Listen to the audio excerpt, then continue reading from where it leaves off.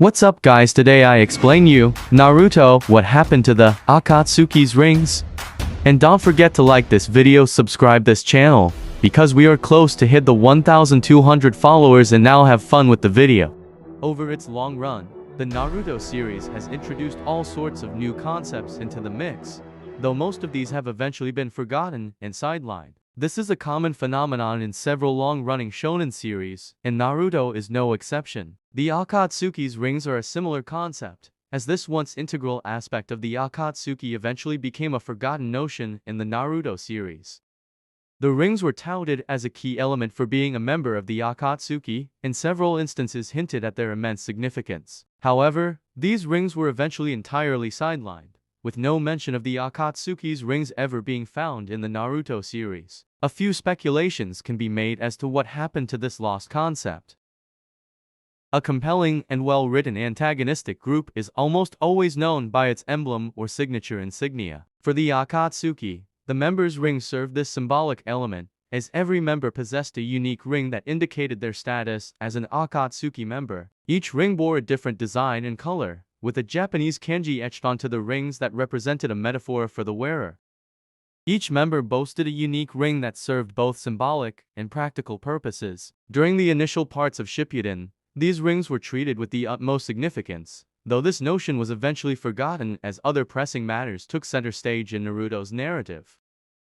At face value, the Akatsuki's rings seem to have no use at all other than aesthetic purposes. However, several scenes in the initial parts of Naruto Shippuden hint at a much more significant purpose. While it was never explicitly stated, the Akatsuki's rings were a source of communication between the members of the group. This became evident during the tailed beast sealing process, as the members were able to form a projection of themselves. These projections of the members are manifested on the fingers of the Gedo statue's hands, indicating that each ring held a specific position in the tailed beast sealing process. This speculation is further backed by the fact that one finger remained empty, which was supposed to be Orochimaru's place on the Gedo statue. Since he never returned the ring, his place on the hand was never filled in. The tailed beast sealing process also hinted at the purpose and significance of these rings. The technique used to seal the beast's sealing technique, Phantom Dragon's 9 consuming seals, requires each member to stand on one finger of the Gedo statue. Once the sealing process began, the kanji of each member's ring would appear on the fingertips of the statue. This clearly indicates that the rings were a crucial part of the tailed beast sealing process. During the initial parts of Shippuden, the Akatsuki's rings were touted as an integral part of the organization, a fact that further becomes apparent from their role in the sealing process. However, this concept eventually faded into obscurity once the narrative sped up. An inkling of the concept still remained till Pain's invasion of the Hidden Leaf, though his defeat effectively ended this concept altogether.